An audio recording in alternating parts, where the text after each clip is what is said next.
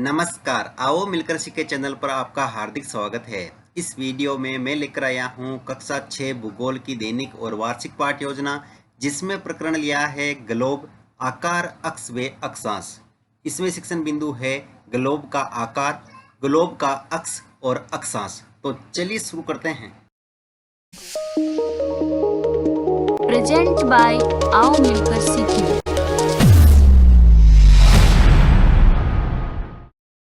सर्वप्रथम लिखेंगे विद्यालय का नाम, जहां पर आप ये लेसन प्रस्तुत करेंगे। कक्षा 6 विषय भूगोल, प्रकरण ग्लोब, आकार, अक्ष व अक्षांश। यहाँ पर दिनांक, कालांश और समयावधि 30 मिनट है। फिर टेबल बना करके एक तरफ लिखेंगे शिक्षण उद्देश्य, दूसरी तरफ लिखना है अपेक्षित व्यवहारगत परिवर्तन। शिक्षण उद्देश्य में पहला लिखेंगे ज्ञानात्मक। इसमें लिखना है विद्यार्थी ग्लोब का आकार, अक्ष एवं अक्षांश से संबंधित विभिन्न तथ्यों का प्रत्यास्मरण कर सकेंगे। विद्यार्थी ग्लोब का आकार, अक्ष एवं अक्षांश से संबंधित विभिन्न तथ्यों की जानकारी प्राप्त कर सकेंगे। अवबोध, विद्यार्थी ग्लोब के आकार, अक्ष व अक्षांश से संबंधित विभिन्न तथ्यों में अंतर स्पष्ट कर सकेंगे। विद्यार्थी ग्लोब के आकार, अक्ष व अक्षांश से संबंधित विभिन्न तथ्यों में तुलना कर सकेंगे। ज्ञानोपयोग, विद्यार्थी ग्लोब के आकार, अक्ष व अक्षांश से प्राप्त ज्ञान को भावी जीवन में आवश्यकता अनुसार उपयोग कर सकेंगे। विद्यार्थी ग्लोब के आकार, अक्ष व अक्षांश से संबंधित गतिविधियों का विश्लेषण कर सकेंगे। फिर है कौशल, जिसमें लिखेंगे विद्यार्थी ग्लोब के आकार, अक्ष व अक्षांश को समझने की कुशलता का विकास कर सकेंगे। विद्यार्थी ग्लोब के आकार, अक्ष व अक्षांश को मानचित्र द्वारा अंकित कर प्रदर्शित कर सकेंगे। अभिरुचि, विद्यार्थी ग्लोब के आकार, अक्ष व अक्षांश का अध्ययन करने के प्रति रुचि ले सकेंगे। विद्यार्थी ग्लोब के आकार, अक्ष व अक्षांश से संबंधित घटनाओं पर आपसी विचार विमर्श करने में रुचि ले सकेंगे।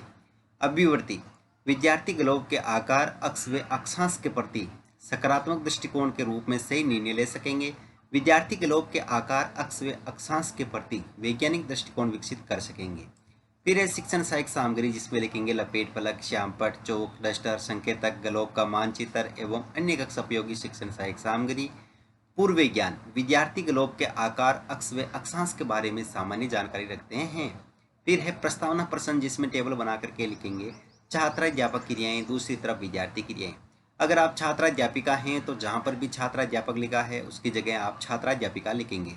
इसमें फर्स्ट क्वेश्चन, कृत्रिम उपग्रह अंतरिक्ष में क्यों भेजे जाते हैं? विभिन्न आवश्यकताओं की पूर्ति के लिए। विभिन्न आवश्यकताओं की पूर्ति के लिए उपग्रह किन किन क्षेत्रों में सहायक है? तो मौसम संबंधी जानकारी आदि में। अगला क्वेश्चन है मौसम संबंधी जानकारी कहाँ से मिलती है? अंतरिक्ष से या आकाश से? अगला क्वेश्चन है अंतरिक्ष से देखने पर किसका आकार गोलाकार दिखाई देता है? पृथ्वी का। पृथ्वी का वास्तविक आकार किसके समान है? ग्लोब के समान। ग्लोब के आकार, अक्ष व अक्षांश के बारे में आप क्या जानते हैं? समस्यात्मक प्रश्न। उद्देश्य कथन में लिखेंगे आज हम ग्लोब का आकार, अक्ष एवं अक्षांश के बारे में विस्तार पूर्वक अध्ययन करेंगे। फिर है प्रस्तुतिकरण, जिसमें टेबल बना करके लिखेंगे शिक्षण बिंदु, छात्राध्यापक क्रियाएं, विद्यार्थी क्रियाएं, विधि पर विधि और श्यामपट्ट सार। शिक्षण बिंदु में पहला लेंगे ग्लोब का आकार, जिसमें विकासात्मक प्रश्न में फर्स्ट क्वेश्चन, हम किस ग्रह पर रहते हैं? पृथ्वी पर। पृथ्वी का एक लघु प्रतिरूप किसके समान है? ग्लोब के समान। ग्लोब के आकार के बारे में आप क्या जानते हैं? निरुत्तर विधि में प्रश्नोत्तर विधि। फिर है छात्राध्यापक कथन, जिसमें लिखेंगे ग्लोब पृथ्वी के लघु रूप में एक वास्तविक प्रतिरूप है। ग्लोब विभिन्न आकार एवं प्रकार के हो सकते हैं।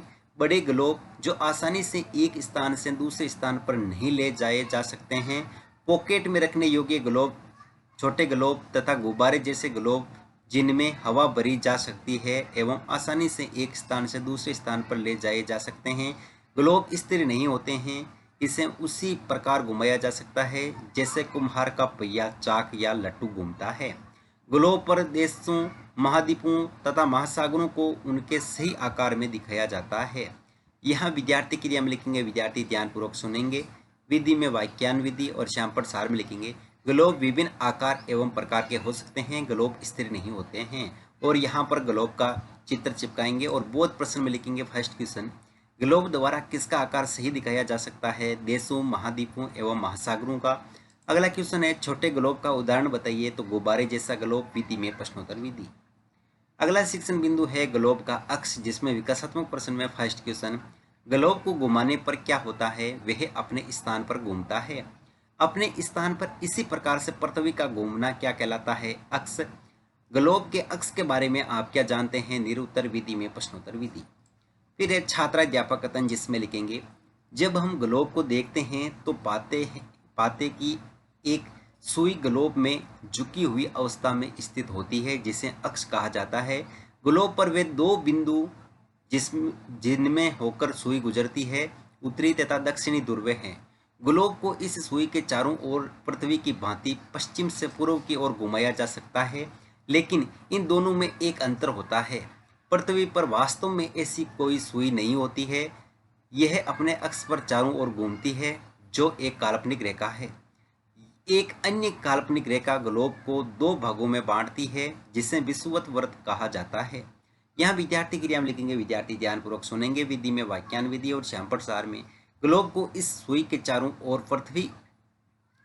पृथ्वी के समान पश्चिम से पूर्व की ओर घुमाया जा सकता है। फिर है बोध प्रश्न, इसमें फर्स्ट क्वेश्चन, ग्लोब के ध्रुवों के नाम बताइए, उत्तर तथा दक्षिण ध्रुव। ग्लोब पर सुई कितने बिंदुओं से होकर गुजरती है? 2 बिंदुओं से। विधि में प्रश्नोत्तर विधि। अगला शिक्षण बिंदु है अक्षांश, जिसमें विकासात्मक प्रश्न में फर्स्ट क्वेश्चन, उत्तरी गोलार्ध व दक्षिणी गोलार्ध के मध्य कितने डिग्री का अंश बनता है? 180 डिग्री का। 180 डिग्री का अंश से किसका निर्माण होता है? अक्षांश का। अक्षांश के बारे में आप क्या जानते हैं? निरुत्तर विधि में प्रश्नोत्तर विधि। फिर है छात्राध्यापक कथन, जिसमें लिखेंगे विषुवत वृत्त के उत्तर या दक्षिण में स्थित किसी स्थान की कोणीय दूरी को अक्षांश कहते हैं। यह कोण केंद्र पर बनता है। विषुवत वृत्त शून्य अक्षांश को दर्शाती है, चूंकि विषुवत वृत्त से दोनों तरफ ध्रुवों के बीच की दूरी पृथ्वी के चारों ओर के वृत्त का 1/4 है, अतः इनका माप होगा 360 डिग्री अंश का 1/4 यानी कि 90 डिग्री अंश।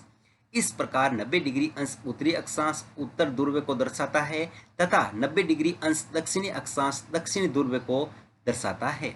इस प्रकार विषुवत के उत्तर की सभी समांतर रेखाओं को उत्तरी अक्षांश कहा जाता है तथा विषुवत वृत्त के दक्षिण में स्थित सभी समानांतर रेखाओं को दक्षिणी अक्षांश कहा जाता है। और यहाँ पर यह विषुवत वृत्त है, इसके उत्तर या दक्षिण जिससे संबंधित यहाँ पर चित्र चिपकाएंगे और बोध प्रश्न में लिखेंगे। फर्स्ट यहाँ पर विद्यार्थी क्रिया में विद्यार्थी ध्यानपूर्वक सुनेंगे तथा मुख्य बिंदुओं को अपनी अभ्यास पुस्तिका में लिखेंगे। विधि में वाक्यान विधि और श्यामपट सार में विषुवत वृत्त के उत्तर या दक्षिण में स्थित किसी स्थान की कोणीय दूरी को अक्षांश कहते हैं। फिर है बोध प्रश्न, इसमें फर्स्ट क्वेश्चन, 90 डिग्री के उत्तरी अक्षांश को क्या कहते हैं? उत्तरी ध्रुव। 90 डिग्री के दक्षिणी अक्षांश को क्या कहते हैं? दक्षिणी ध्रुव। विधि में प्रश्नोत्तर विधि। फिर है मूल्यांकन प्रश्न, तो इसमें फर्स्ट क्वेश्चन, विषुवत वृत्त अंश अक्षांश को दर्शाता है 0 डिग्री अंश, 90 डिग्री अंश, 360 डिग्री अंश, 180 डिग्री अंश। विषुवत वृत्त के उत्तर की ओर की सभी समांतर रेखाओं को कहा जाता है उत्तरी अक्षांश या दक्षिणी अक्षांश। विषुवत वृत्त के दक्षिण में स्थित सभी समांतर रेखाओं को दक्षिणी अक्षांश कहा जाता है सत्य या असत्य। विषुवत वृत्त किसे कहते हैं?